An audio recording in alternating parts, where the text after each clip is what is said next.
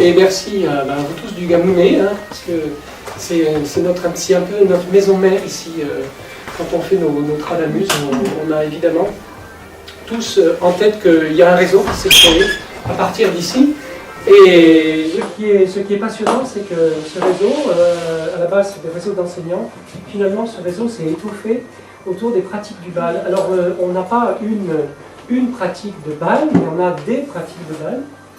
Et avec Eric, il nous semblait vraiment important, au bout de ces plus de 10 ans de Tradamus, qu'on se dise, eh ben voilà, partageons à un moment donné, ensemble, les musiciens, les participants, les enseignants, cette expérience que nous avons. Et en même temps, on est à l'école. On est à l'école.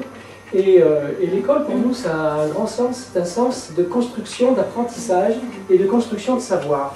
C'est-à-dire qu'en fait, ce n'est pas une activité, on va dire récréative dans le sens, elle est bien récréative qu'elle nous donne du plaisir, mais c'est que derrière, on y associe évidemment énormément d'importance et d'intérêt pour le développement de l'enfant, qui sont renouvelés dans notre approche, parce que notre approche est à la fois, elle est transversale. Il y a de la musique, il y a de la danse, il y a des comportements, il y a du patrimoine.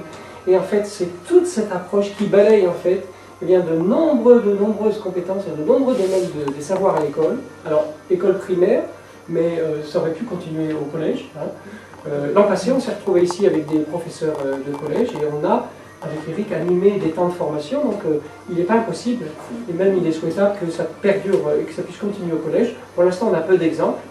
Mais en tout cas, pour nous, donc, enseignants, donc il y en a plusieurs ici, puis on va se présenter, c'est aussi une activité quand même, qui est riche de nombreuses compétences qu'il nous faut développer. Et c'est un petit peu aussi pour ça que j'avais, alors personnellement, que je prends un peu les règles, mais en sachant que c'est un échange que nous allons, j'espère, avoir ensemble, pour essayer de travailler autour de comment interpréter finalement la musique avec des enfants. Voilà, je ne me permettrai pas, pour le bal traditionnel, de faire la même démarche, parce que le bal, c'est une aventure que les musiciens vivent avec leurs danseurs. Mais bon, il se trouve qu'on est à l'école, qu'on est avec des enfants, que tous les enfants rentrent par plaisir et parce que la maîtresse ou le maître les fait rentrer dans l'activité. Hein. C'est une activité, on va dire, obligatoire pour le groupe qui la suit. Et donc, à nous aussi de savoir, voilà, ce qui peut-être qu'il faut éviter de faire à un moment donné pour faire chanter ou pour faire danser. Sachant que là aussi, hein, moi je veux bien partager avec vous ce que nous savons, ce que je sais, ce que vous savez. Alors, je démarre par la première chose qui me semblait en fait essentielle dans notre bal. C'est nous. Alors, je vais prendre le côté du musicien. Nous, musiciens, hein, mais vous allez participer. Dès qu'on chante, on est musicien. Finalement, nous avons en face un groupe d'enfants et il va falloir, en gros, proposer une interprétation de nos musiques pour qu'ils dansent. Alors, la première chose, en fait, c'est la première chose que je balaye, mais ce n'est pas forcément la première chose la plus importante. Mais quand même, c'est finalement quel pas ces enfants vont utiliser. Quand on sait qu'un pas correspond évidemment à une musique et correspond à un tempo. Vous dire simplement que le tempo, c'est la vitesse de la pulsation à laquelle va se défiler la musique. D'accord ? Bon. J'ai donc pris, j'ai fait mon petit sondage, j'ai pris toutes les danses de Tradamus, il y en a une quarantaine. Et je me suis dit, voilà, quel pas on utilise, danse après danse. Pour qu'on travaille tout de suite. Dès que j'ai fini ça, vous allez voir, on va sortir les instruments. Et il se trouve que 75% des danses, c'est ne pas marcher. Voilà. Ça veut dire qu'en gros, rentre dans la danse en marchant. Or, marcher, on sait faire, en principe. Hein, c'est une compétence, on va dire, qu'on va développer, mais on ne fait pas de l'apprentissage de la marche. Alors, c'est très intéressant, du coup, parce que ça veut dire simplement, c'est une grande facilité pour les enfants, mais pas seulement pour les adultes.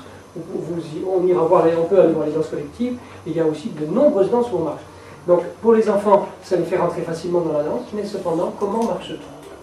Et il y a là donc quelque chose qu'il faut avoir en tête. Alors moi je vous le dis, en fait le tempo de la marche pour l'enfant correspond à son rythme cardiaque, à son pouls, tout simplement. C'est l'un et l'autre sont liés.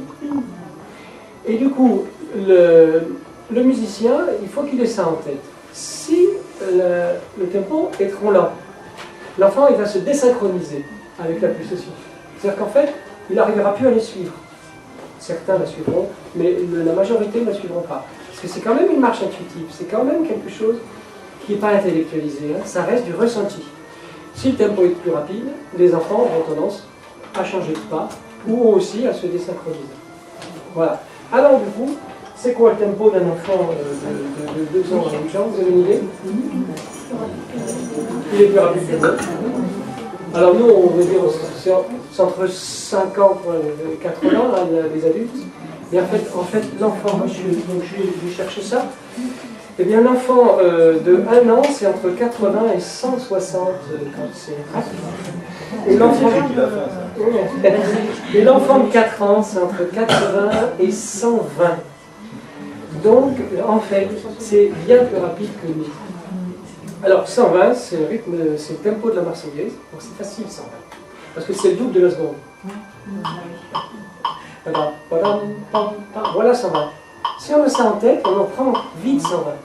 Mais en fait, 120 est un bon tempo pour faire marcher les enfants, tempo assez enlevé, mais c'est un tempo idéal. Et donc, plus ils sont petits, plus il faut penser à ce que le tempo soit adapté à leurs petites jambes et à leur rythme rapide. Ok? On prend les instruments et on va voir. Et...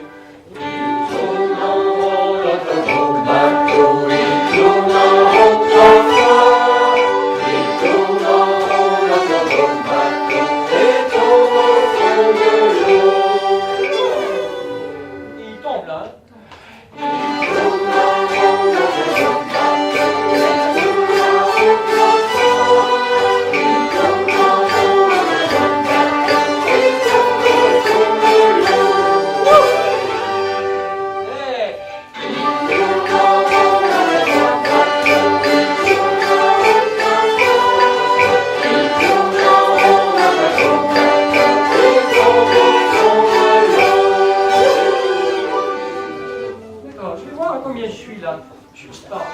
On le chante à peu près comme ça en bas là. Oui, oui. On se dit. Ouais. C'est même pas 80, vous voyez. Ouais, c'est un petit peu là. C'est 76. Alors, donc je suis extrêmement limite en fait par rapport au tempo de l'enfant. Et du coup, on le voit très facilement, ils vont faire 3 pas pour 2 pulsations, tout ça. Et quand on observe les enfants, on voit tout de suite, en fait, si on est vraiment dans le bon tempo, tout ça.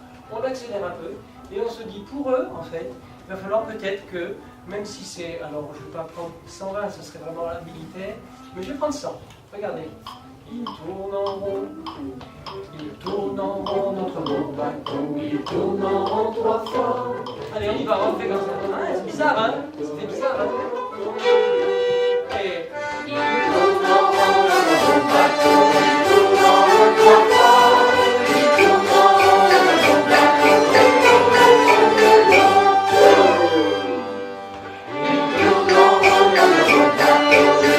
en rond 3 fois. Il tourne en rond, notre beau bateau, il tourne en rond 3 fois. Le plouf, c'est drôlement bien ce plouf. Parce qu'en fait, c'est un plouf, ça s'appelle les rondes à s'accroupir. Et du coup, je peux m'accroupir de différentes manières. Et du coup, la musique, c'est le signal de s'accroupir. Là, je vais vite, mais je peux faire. Vous voyez, quelque chose de lent. Et du coup, le musicien peut s'emparer de ce plouf pour faire quelque chose du coup, qui enrichit, on va dire, la réponse motrice de l'enfant. Hein? Alors là, c'est improvisé, c'est le moment du bal, mais n'empêche que ce petit temps de plouf, et y compris pour nous dans l'apprentissage avec les enfants, eh bien, on peut tomber droit, on peut tomber en tourbillonnant, on peut tomber remonter, etc. Hein? Ce petit temps-là, en fait, quelque part, il est un petit peu créatif. Ce quoi je pensais, à quoi je poussais, j'avais noté après, c'est quelle hauteur faire chanter les enfants. Alors, voilà, est-ce que vous avez idée quand vous attaquez un morceau et que les enfants vont chanter, à quelle hauteur ils vont chanter? Comment ça se passe? Ça se fait comme ça. Hein? On envoie. Voilà. Ouais, voilà. C'est ça. Ouais. Alors, là j'ai fait fait la gamme de Do majeur. Et effectivement, la voix de l'enfant, on va dire, hein, pour schématiser, alors on va utiliser les notes qu'on repère sur les claviers, on appelle ça les notes MIDI. Elle se met vraiment la voix, elle s'établit entre Do 4 et Do 5. Voilà.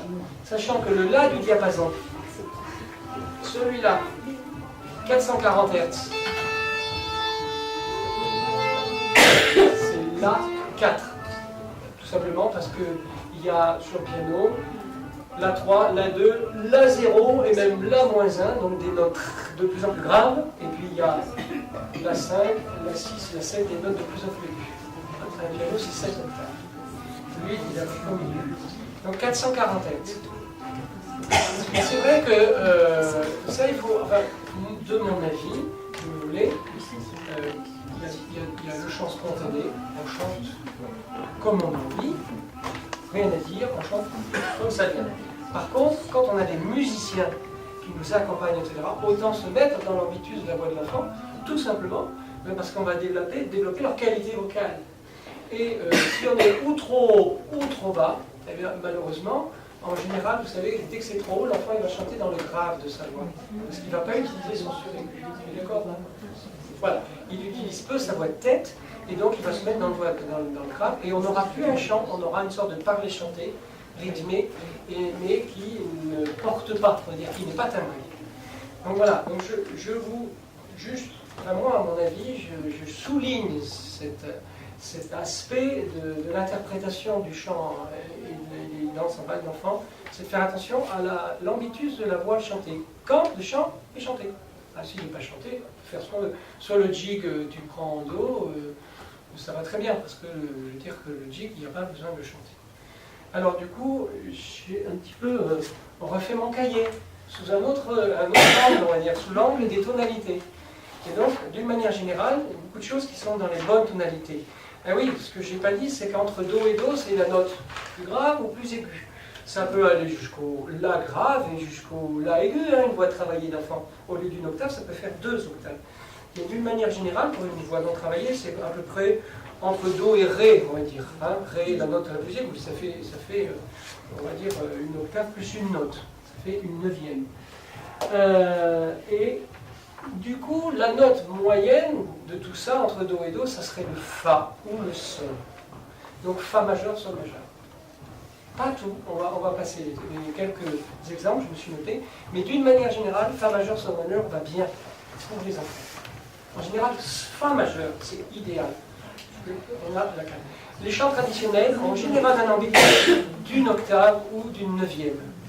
Pas plus. Ça ne monte pas comme ça, ça reste dans des ambitus, hein, comme ça, je veux dire, voilà, assez fermé, enfin, en tout cas, comme ça. Et c'est donc dommage, ou genre pour faire une proposition trop grave ou trop aiguë, comme je disais.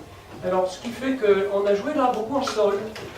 Donc, le violon peut jouer dans n'importe quelle tonalité. Par contre, l'accordéon diatonique, la vielle, il faut jouer dans la tonalité adéquate. Et pour l'accordéoniste, il faut avoir peut-être des accordéons qui conviennent pour jouer dans la bonne tonalité. Voilà. Donc par exemple, je passe juste pour vous dire, hein, le piar, donc sol va bien, la ronde des musiciens, ré mineur va très bien, on va le revoir. Et par contre, pour passer le rône, alors du coup, j'ai pas dit les tonalités mineures, mais ce qui va avec le fa, c'est ré mineur, et ce qui va avec le sol, c'est mi mineur. Donc fa, ré mineur, sol, mi mineur, ça va pas mal, mais pas dans tous les cas. Mais par exemple, si vous prenez pour passer le rône, là il est écrit en la mineur, et c'est beaucoup trop aigu. Voilà, c'est un petit peu le cadre, on va dire. Et puis après, j'avais envie d'arriver sur l'interprétation, plutôt l'animation du bal. C'est-à-dire en fait, un bal, c'est un moment de rencontre, c'est un moment particulier, c'est un moment vivant, hyper dynamique, et puis pas seulement, c'est une alternance aussi entre les climats musicaux différents, entre les différentes danses.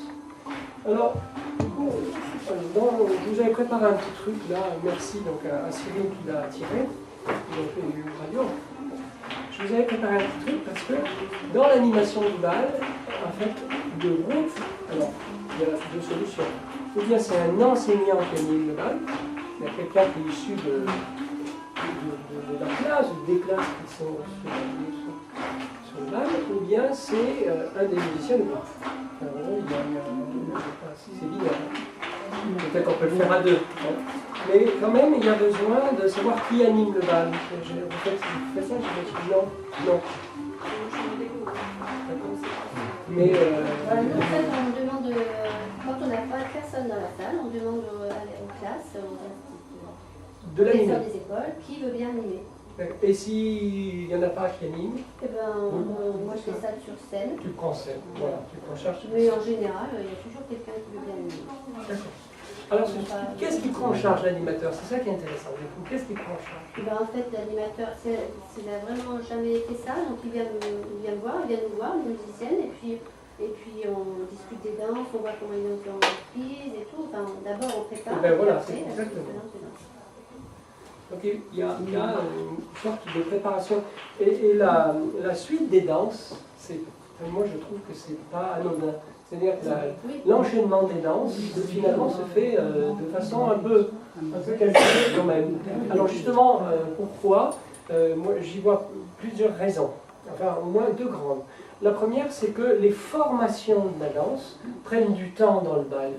C'est-à-dire se former, par exemple, à se mettre en deux lignes face à face, ou se mettre en deux rangs concentriques, ou une grande chaîne, ou je ne sais quoi, ça prend du temps. Ou comme dans la belette, c'est des petites rondes tout autour d'un cercle imaginaire, hein, avec la belette au milieu, la ronde de 3, et les belettes vont sortir à un moment donné. La belette prend d'ailleurs beaucoup de temps.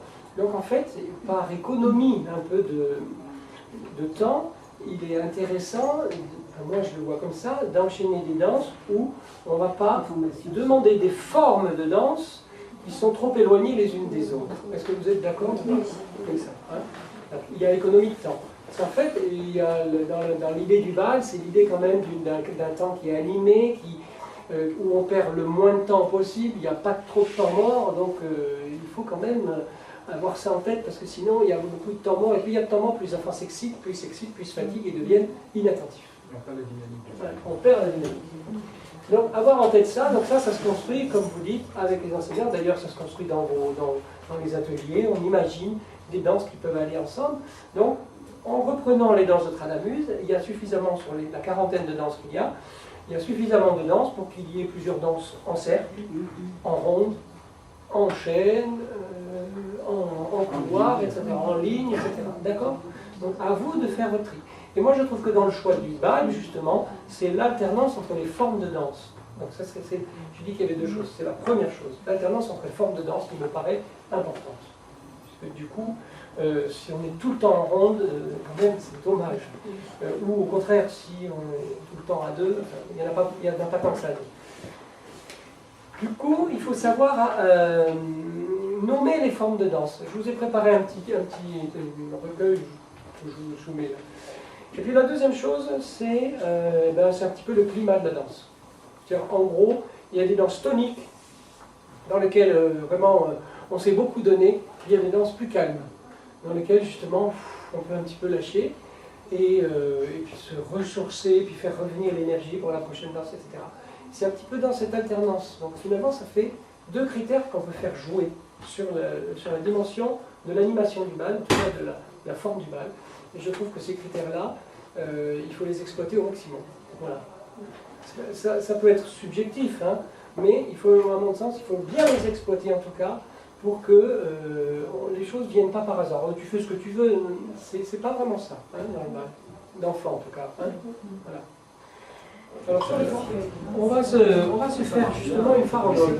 Et puis, je vous dirai alors, un petit peu aussi pour les enseignants la farandole. Parce que la farandole, c'est une danse qui peut tourner court. Je ne sais pas si vous avez, dans vos farandoles, à des moments, on manque d'imagination dans la farandole. Et puis on se dit, mince, ils ont fait déjà 3 fois le tour de la salle, et ils entament le 4e, et qu'est-ce qui se passe? Et on sent une sorte de lassitude pour tout le monde, et le danseur se nourrissant beaucoup de la musique. Non, le musicien se nourrissant du danseur, parce que quand on est musicien dans la danse, c'est ce qui revient du danseur qui nous porte en fait. Hein. Et on se dit, mince, on est en train de les lasser là. Et donc en fait, l'animateur de la farandole est très important, et souvent, moi je trouve que l'animateur, il a rôle à jouer et que parfois il ne joue pas. Donc il faut avoir en tête les figures de la farandole. Donc il y a des figures de la farandole qu'il faut apprendre et qu'il faut passer en vue. Et parfois l'enfant ne peut pas faire les figures de la farandole. Donc il faut mettre un adulte, quitte à ce que ce soit un musicien. Moi ça m'arrive régulièrement d'être meneur de la farandole, parce que du coup je fais des choses ludiques, avec des petits ponts, avec l'escargot, avec le passage sous mes bras, etc. C'est là que tu t'éclates le plus, Domi. Ça farandole. Vous faites ces trucs des fois. C'est là qu'on peut des fois descendre de sa scène. Allez, on fait une belle rousselle. Il y a 20 couplets déjà, donc on solde.